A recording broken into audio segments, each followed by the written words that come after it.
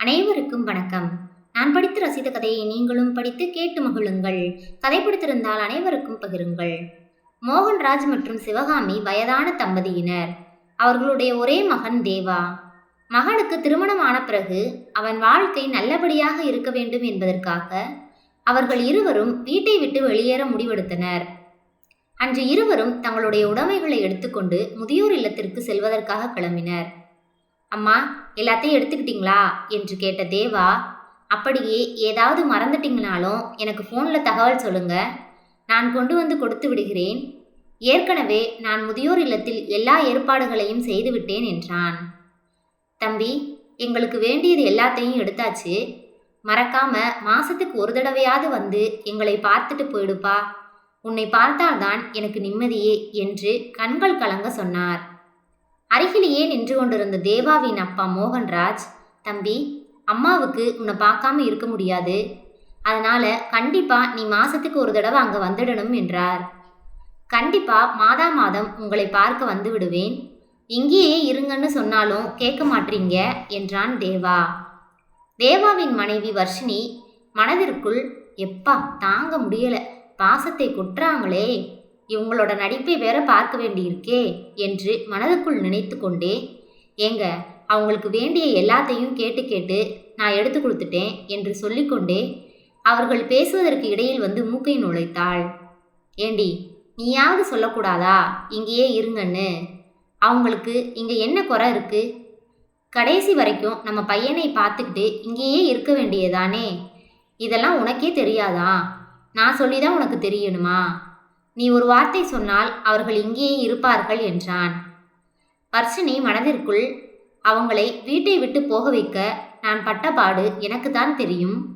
ஒண்ணுமே தெரியாமல் இது வேற லூசு மாதிரி பேசிட்டு இருக்கு என்று நினைத்து கொண்டு அமைதியாக நின்று கொண்டிருந்தாள்.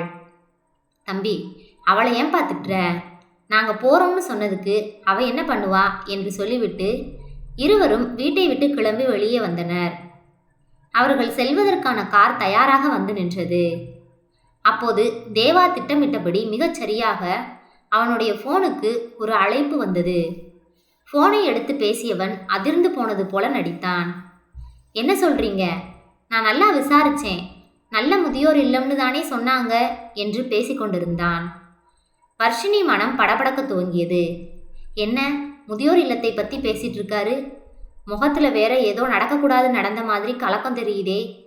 ஏதாவது நடந்தாலும் இவங்க இங்கேயே தங்கிடக்கூடாது என்று வர்ஷினி நினைத்து கொண்டிருக்கும் போதே போனை கட் செய்துவிட்டு மனைவியை ஏறிட்டு பார்த்தான். அம்மா அப்பா இருவரையும் சேர்ப்பதற்காக இந்த மாவட்டத்தில் இருக்கக்கூடிய முதியோர் இல்லத்தில் விசாரித்திருந்தேன். அந்த முதியோர் இல்லம் அரசிடம் எந்த அனுமதியும் பெறவில்லை என்று தெரிய வந்திருக்கிறதாம். அந்த முதியோர் இல்லத்தில் இருந்த அனைத்து வயதானவர்களையும் சென்னையில் இருக்கக்கூடிய முதியோர் இல்லத்திற்கு மாற்றுகிறார்களாம். அந்த முதியோர் இல்லத்தின் நிர்வாகியை கைது செய்திருக்கிறார்களாம் என்றான் தேவா. என்னங்க சொல்றீங்க? எதுக்கும் நேரில் போய் ஒரு தடவை பார்த்துட்டு வந்துடுறீங்களா என்றாள் வர்ஷினி. அவ்வாறு கேட்டதிலிருந்து இவர்கள் இருவரையும் வெளியேற்றுவதில் அவள் எவ்வளவு உறுதியோடு இருந்திருக்கிறாள் என்பது தேவாவிற்கு விளங்கியது. என்ன வர்ஷினி சொல்ற? இப்போ பேசினது என்னோட ஃப்ரெண்டு கார்த்திக் தான். அவனோட வீடு அந்த முதியோர் இல்லத்துக்கு பின்னாடி தான் இருக்கு. காலையிலேயே அந்த முதியோர் இல்லம் ரொம்ப பரபரப்பாக இருக்கான் என்றவன், அம்மா, நீங்களே நினச்சாலும் என்னை விட்டுட்டு உங்களால் போக முடியாது. உள்ளே போய் ஆக வேண்டிய வேலையை பாருங்க என்றான் தேவா. வர்ஷினியின் முகமெல்லாம் கோபத்தில் கொந்தளித்தது. வர்ஷினிக்கும் தேவாவிற்கும் திருமணம் முடிந்து 3 ஆண்டுகள் ஆகிறது. திருமணத்திற்கு முன்பே மகனுக்காக தாங்கள் குடியிருந்த வீட்டை விற்று மகன் புதிதாக கட்டிய வீட்டிற்கு தன்னிடமிருந்த பணம் முழுவதையும் கொடுத்தார் மோகன்ராஜ். சிவகாமியோ, எங்க, நமக்குன்னு இருக்கிறது இந்த ஒரு வீடு தான், இந்த வீட்டையும் வித்துட்டீங்க. சரி, அதில் வந்த பணத்தையாவது நமக்குன்னு கொஞ்சத்தை வச்சுக்கிட்டு மிச்சத்தை பையனுக்கு கொடுத்துருக்கலாம். இப்படி எல்லா பணத்தையும் அவனிடம் கொடுத்துவிட்டு நம்மளோட கடைசி காலத்தில் அவனோட கையை எதிர்பார்த்துக்கிட்டு இருக்கணுமா என்று கேட்டார் சிவகாமி. ஏய், என்ன நம்ம பணம் அவன் பணம் அப்படின்னு பிரித்து பேசுகிற? அவன் நம்மளோட பிள்ளை. அவனுக்கு நான் செய்யாம வேற யார் செய்வா? பிள்ளை பணத்துக்காக 4 பேர்கிட்ட போய் கைகட்டி நிற்கும்போது என் மனசு என்ன பாடுபடுதுன்னு எனக்குத்தானே தெரியும் என்றார். ஏங்க, இன்னைக்கு எல்லாம் சரியாதாங்க இருக்கும். நாளைக்கு அவனுக்கு திருமணமாகி அவனுக்குன்னு ஒருத்தி வந்துட்டா அவ சொல்ல கேட்டுக்கிட்டு இவன் நம்மளை வீட்டை விட்டு வெளியே போங்கன்னு சொன்னா நாம எங்க போக முடியும் என்றார். அப்படி ஒரு நாள் வரவே வராது. அப்படி ஒன்றும் நான் என் பிள்ளையை வளர்க்கவில்லை. என் பிள்ளை மேல எனக்கு முழு நம்பிக்கை இருக்கு. நீ சொல்றது மட்டும் நடந்து என் பிள்ளை என்னை கொண்டு போய் முதியோர் இல்லத்தில் விட்டால் கூட நான் சந்தோஷமா தான் இருப்பேன். ஏன்னா எனக்கு என்னோட பிள்ளையோட வாழ்க்கை தான் முக்கியம் என்றார் மோகன்ராஜ்.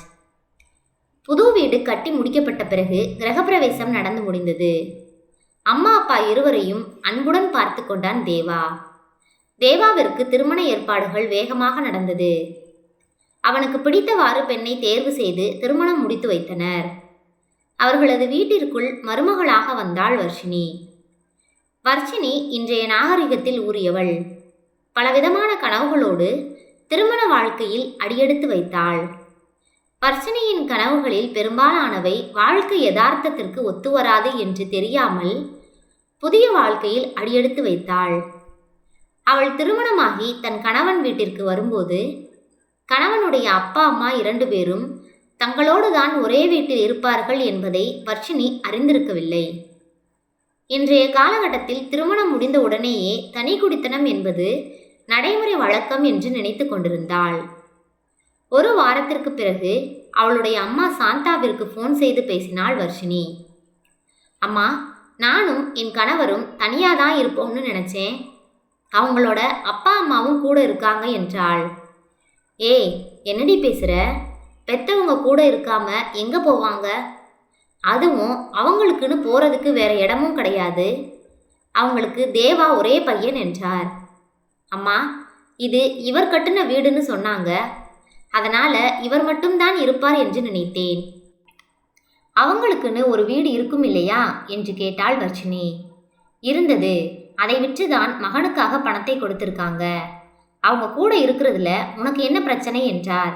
அம்மா, அதெல்லாம் உனக்கு சொன்னா புரியாது. இதை முன்கூட்டியே என்கிட்ட சொல்ல மாட்டியா? நான் அவர்கிட்ட திருமணத்துக்கு முன்னாடியே பேசியிருப்பேன். இப்போ பேசினா நான் ஏதோ கொடுமைக்காரி மாதிரி தெரியும் என்றவள், சரி போனை வை, நான் பார்த்து கொள்கிறேன் என்றாள். மாமியார் மாமனாரிடம் அன்பாக நடந்து கொள்வது போல் நடித்தாள் வர்ஷினி. அவர்களை எப்படியாவது வீட்டை விட்டு வெளியேற்ற வேண்டும் என்பதிலேயே அவளுடைய முழு நோக்கமும் இருந்தது. 1 மாதத்தில் வீட்டு நிர்வாகம் முழுவதையும் தன்னுடைய கட்டுப்பாட்டில் கொண்டு வந்தாள். தேவாவும் வரவு செலவு உள்ளிட்ட அனைத்தையும் வர்ஷினி பார்த்து கொண்டால் நமக்கு எந்த பிரச்சனையும் இல்லை, நாம் நிம்மதியாக இருக்கலாம் என்ற எண்ணத்தில் அவளிடமே அனைத்தையும் ஒப்படைத்தான். அன்று மோகன்ராஜ் வழக்கம் போல் வீட்டின் கரண்ட் பில் செலுத்த வேண்டும் என்பதற்காக அட்டையை எடுத்துக்கொண்டு கிளம்பினார். மருமகள் வர்ஷினியிடம் கரண்ட் பில் கட்ட வேண்டும், அதற்கான பணத்தை கொடுக்குமாறு கேட்டார். அட்டையை வாங்கி பார்த்த வர்ஷினி, மாமா, இபி ஆஃபீஸ் எவ்வளவு தூரத்தில் இருக்கு? எதுக்கு நீங்கள் கஷ்டப்பட்டு அவ்வளவு தூரம் போகணும்? நீங்கள் வீட்லேயே இருங்க, என்கிட்ட ஸ்கூட்டி இருக்கு, நான் போய் கட்டிக்கிறேன் என்று அட்டையை வாங்கி வைத்து கொண்டாள். அம்மா, நான் சும்மா தானே இருக்கேன், நான் போய் கட்டிட்டு வரனே. எனக்கு அப்படியே நடந்து போனா வாக்கிங் போன மாதிரியும் இருக்கும். இந்த வீடு கட்டி முடிச்சதுலேருந்து 2 வருஷமா நான் தான் போய் கட்டிட்டு இருக்கேன் என்றார். உள்ளே இருந்து வந்த சிவகாமி மருமகளின் சூழ்ச்சியை புரிந்து கொள்ளாமல், எங்க மருமகளே அவ்வளவு சொல்லுதில்லையா? எதுக்காக நீங்கள் அவ்வளவு தூரம் நடந்து போகணும்? நீங்கள் எப்பவும் போல வாக்கிங் போகணும்னா பக்கத்தில் இருக்க பார்க்குக்கு போங்க என்றார். மோகன்ராஜ் ஏதோ வித்தியாசமாக உணர்ந்தார். அவருடைய உரிமை பறிபோனது போல் உணர்ந்து கொண்டு சரிமா என்று சொல்லிவிட்டு வேகமாக வீட்டை விட்டு வெளியேறி அருகில் இருந்த பார்க்கில் சென்று அமர்ந்து கொண்டார். அவர் மனம் உள்ளுக்குள் ஏதோ வித்தியாசமாக உணரத் துவங்கியது. ஒவ்வொரு நாளும் மகனுக்கு பிடித்தவாறு ஒவ்வொன்றையும் சமைத்து வைத்தார் சிவகாமி. எங்கள் அம்மா சமையல் தான் எனக்கு எப்பவும் பிடிக்கும், அவங்க சமைச்சாலே சுவை அருமையாக இருக்கும் என்று வர்ஷினியிடம் சொல்வான் தேவா. அன்றைய தினமே மாமியாரை சமையலறையிலிருந்து வெளியேற்ற வேண்டும் என்று திட்டம் போட்டு வைத்தாள். கொஞ்சம் கொஞ்சமாக சமையலறைக்குள்ளே நுழைந்தவள், அத்தை, உங்களுக்கு தான் உடம்பு முடியலையே, எதுக்கு எல்லாத்தையும் போட்டு நீங்களே சமைச்சிட்டு இருக்கீங்க? நீங்கள் குழம்பை மட்டும் வச்சிருங்க, சாப்பாடை நான் வைத்து விடுகிறேன் என்றாள். 1 மாதத்திற்கு பிறகு சமையலறையில் அனைத்தையும் அவள் மட்டுமே சமைக்கக்கூடிய நிலையை உருவாக்கி வைத்தாள். சிவகாமி சமையலறைக்குள் வந்தாலே, உங்களுக்கு தான் உடம்பு முடியலையே, நீங்க எதுக்கு வர்றீங்க என்று அவரை சமையலறையிலிருந்து வெளியேற்றி விடுவதில் குறியாக இருந்தாள். அம்மா, தேவாவிற்கு நான் சமைத்தால்தான் பிடிக்கும், பையன் ஒழுங்காவே சாப்பிட மாட்டேங்கிறான் என்றார் சிவகாமி. அத்தை, நீங்க தானே எனக்கு சொல்லி கொடுத்தீங்க, நீங்க சொல்ற மாதிரி தான் நான் சமைக்கிறேன், அதெல்லாம் அவருக்கு பிடிக்கும், நீங்க பேசாம உட்காருங்க என்றாள். 6 மாதங்கள் வேகமாக ஓடியது. அவள் திட்டப்படி அனைத்தும் வெற்றிகரமாக நடந்து முடிந்தது. வீட்டில் எந்த ஒரு வேலையும் செய்யாமல் வெட்டியாக உட்கார்ந்திருந்தனர் சிவகாமியும் மோகன்ராஜும். அந்த சூழலில் தன்னுடைய வார்த்தைகளை அவர்கள் மீது கொட்ட ஆரம்பித்தாள். ஏதாவது ஒரு சந்தர்ப்பம் கிடைத்தால் கூட, வீட்டில் வெட்டியாக தானே இருக்கிறீர்கள் என்ற வார்த்தையை தினமும் ஒரு முறையாவது பயன்படுத்த ஆரம்பித்தாள். அவளே எதிர்பார்க்காத ஒரு சம்பவம் நடந்தது. வர்ஷினி கர்ப்பமானாள். வீட்டு வேலைகளை செய்வதில் மிகவும் சிரமப்பட்டாள். பழையபடி சமையலறைக்குள் நுழைந்தார் சிவகாமி. வீட்டுக்கு தேவையான பொருட்கள் வாங்குவது, பில் கட்டணங்களை செலுத்துவது அனைத்தையும் மோகன்ராஜ் மீண்டும் செய்ய ஆரம்பித்தார். தன்னுடைய திட்டம் அனைத்தும் இப்படி வீணாகி விட்டதே என்று மனதுக்குள் நினைத்து தவித்தாள். ஆனாலும் குழந்தை பிறந்த பிறகு மீண்டும் அனைத்தும் நம்முடைய கைக்கு வரும், அப்போது இவர்களை எப்படியும் வீட்டை விட்டு வெளியேற்றி விடுவேன் என்பதில் உறுதியோடு இருந்தாள். அவள் நினைத்தபடியே குழந்தை பிறந்து 6 மாதத்திற்கு பிறகு புகுந்த வீட்டில் அனைத்தையும் அவளுடைய கட்டுப்பாட்டில் எடுத்துக்கொண்டாள். அவளுடைய வார்த்தைகள் மீண்டும் அவர்கள் மீது விழத் துவங்கியது. வீட்டில் வெட்டியாக தானே இருக்கீங்க என்ற வார்த்தைகள் அவர்களை முள்ளாக குத்த துவங்கியது. அன்று சிவகாமியிடம் பேசிக்கொண்டிருந்த வர்ஷினி தன்னுடைய அடுத்த அஸ்திரத்தை உபயோகித்தாள். அத்தை, இன்றைய காலகட்டத்தில் பிள்ளைகளுக்கு திருமணம் முடித்து வைத்த உடனே தனியாக அவர்களை வீடு பிடித்து வைத்து விடுகிறார்கள். நானும் அப்படிப்பட்ட ஒரு கனவோடு தான் இந்த வீட்டிற்குள் வந்தேன். இங்கு பார்த்தால் நீங்கள் பசை போல என் கணவரோடு ஒட்டி கொண்டிருக்கிறீர்கள். என்னால் இந்த வீட்டில் நிம்மதியாக இருக்க முடியவில்லை. என்னுடைய சுதந்திரமே பறிபோனது போல் உணர்கிறேன் என்றாள். அம்மா, பெரியவங்க கூட இருந்தால் ஏதாவது ஒத்தாசையாக இருக்கும், அவங்களோட அனுபவம் உங்களுக்கு பயனுள்ளதாக இருக்கும் என்றார் சிவகாமி. அத்தை, நீங்கள் என்ன உபயோகமாக இருக்கீங்க? வீட்டில் வெட்டியாக தானே இருக்கீங்க. சமையல்ல இருந்து மளிகை ஜாமான், காய்கறி வாங்குவது, வெளி வேலைகளை பார்ப்பது என்று எல்லாத்தையும் நானே பார்த்துக்கிறேன். அப்புறம் உங்களோட உதவி எனக்கு எதுக்கு என்றாள். தொடர்ச்சியாக இது போன்றே சிவகாமியிடம் பேசிக்கொண்டிருக்க ஒரு கட்டத்தில் சிவகாமி தன்னுடைய கணவரிடம் சென்று, ஏங்க, மருமகளுக்கு நம்ம இந்த வீட்டில் இருக்கிறது கொஞ்சம் கூட பிடிக்கவில்லை. முதல்ல சாந்தமாக வார்த்தைகளை பயன்படுத்தினவள் இப்ப கடுமையாக உபயோகப்படுத்த ஆரம்பிச்சிட்டா. என் கணவர் கூட தனியா வாழணும்னு நினைக்கிறேன் அத்தை என்று நேரடியாகவே சொல்கிறாள். நீங்க என்ன சொல்றீங்க என்றார் சிவகாமி. தேவா கிட்ட சொல்லிடுவோம், அவன் என்ன சொல்றானோ அந்த முடிவை எடுத்து விடுவோம் என்றார் மோகன்ராஜ். இதை போய் தேவா கிட்ட சொன்னா அவன் மனைவி கிட்ட சண்டை போடுவான், அவங்க 2 பேருக்கும் சண்டை வருவதற்கு நாமே காரணமாக இருக்கலாமா என்றார். மேலும் அன்னைக்கு நீங்க என்ன சொன்னீங்க? மருமக வந்து நம்மளை வீட்டை விட்டு போக சொன்னா மகன் நல்லா இருக்கட்டும்னு நினச்சிக்கிட்டு முதியோர் இல்லத்திற்கு போயிடுவேன்னு சொன்னீங்க இல்லையா? இப்போ நாம் இந்த வீட்டை விட்டு போகணும்னு தான் அவள் எதிர்பார்க்கிறாள். நாம் அவங்க 2 பேரையும் தனியாக விட்டுட்டு அருகில் உள்ள முதியோர் இல்லத்துக்கு போயிடுவோம். தேவா வந்து நம்மை மாதத்துக்கு ஒரு முறை பார்த்து கொள்ளட்டும். நீங்கள் என்ன சொல்கிறீங்க என்றார் சிவகாமி. எனக்கு சம்மதம்தான், ஆனால் மகனை பிரிஞ்சு உன்னால் எப்படி இருக்க முடியும் என்றார். சிவகாமியின் கண்கள் கண்ணீரால் நிரம்பியது. மாதம் மகன் வந்து நம்மை ஒரு முறை பார்த்தால் மட்டும் போதும் என்று கலங்கிய கண்களுடன் சொன்னார். அவரும் மனைவி சொன்னதற்கு சரி என்று தலையாட்டினார். சரிங்க, பிள்ளைகிட்ட மெதுவா சொல்லி வச்சிருக்கேன் என்றார் சிவகாமி. மோகன்ராஜ் சென்று தேவாவிடம் பேச அவன் வேண்டவே வேண்டாம், நீங்கள் எங்கும் போகக்கூடாது என்று விடாப்பிடியாக நின்றான். எங்களுக்கு எந்த வேலையும் இல்லை, எப்படிதான் எங்களுக்கு பொழுது போகும்? அங்காவது நிறைய ஆட்கள் இருப்பார்கள், அவர்களோடு எங்களால் நேரத்தை செலவிட முடியும் என்று பேசியே மகனை சம்மதிக்க வைத்தார். தேவாவும் அவர்கள் முதியோர் இல்லத்தில் சேர்வதற்கான ஏற்பாடுகளை செய்வதாக சொல்லியிருந்தான். அதன்படியே அன்று முதியோர் இல்லத்திற்கு அவர்கள் இருவரும் செல்வதாக இருந்தது. கடைசி நிமிடத்தில் அனைத்தையும் மாற்றி அமைத்திருந்தான் தேவா. தனது நண்பன் மூலமே பேச வைத்து முதியோர் இல்லத்திற்கு தனது பெற்றோரை செல்ல விடாமல் தடுத்திருந்தான். அன்று இரவு வர்ஷினி தேவாவிடம் சென்று, இந்த முதியோர் இல்லம் இல்லைனா என்ன, வேற முதியோர் இல்லமே இல்லையா என்று கேட்டாள். ஏய், நானே அவங்க முதியோர் இல்லத்துக்கு போகக்கூடாதுன்னு நினைக்கிறேன். அதனால தான் என் நண்பனை பேச சொல்லி அவங்களை போக விடாம தடுத்தேன். நீ என்னடானா வேற முதியோர் இல்லம் பாருங்கன்னு சொல்ற என்றான். அப்போ அவங்க முதியோர் இல்லம் போறேன்னு சொன்னதுக்கு நீதான் காரணமா என்று கேட்டான்.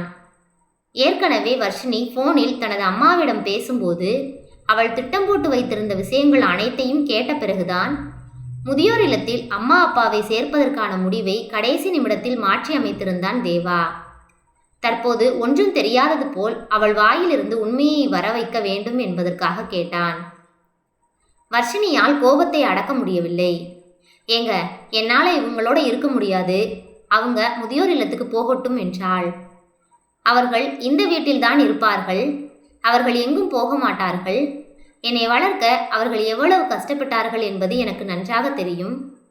அவர்கள் பட்ட கஷ்டம் என் மனதில் ஆழமாக பதிந்துள்ளது.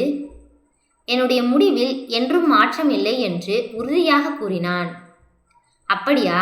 அப்படியென்றால் என்னாலும் உங்களோடு வாழ முடியாது. நான் என் அம்மா வீட்டுக்கு செல்கிறேன்.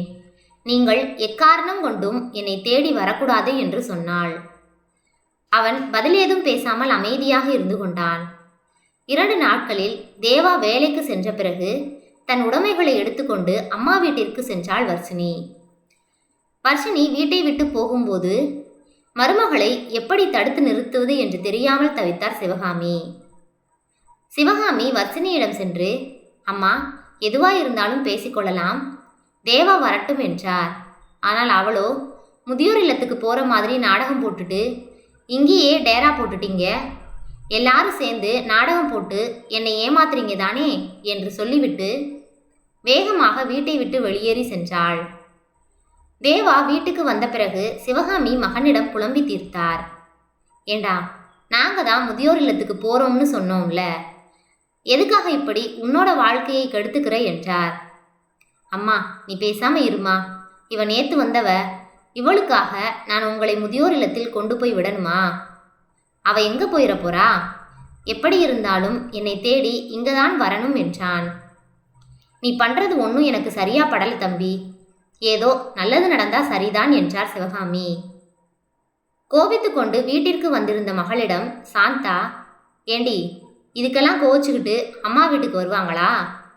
உன்னோட கணவர் அவங்களை அனுப்ப மாட்டேன்னு சொல்லிட்டா நீ தான் அட்ஜஸ்ட் பண்ணி வாழணும், அதை விட்டுட்டு கோச்சிட்டு வந்திருக்க என்று தினம் தினம் அவளிடம் ஏதாவது ஒன்றை பேசி அவளை மீண்டும் கணவர் வீட்டுக்கு அனுப்பி வைக்க வேண்டும் என்ற முடிவோடு இருந்தார் சாந்தா.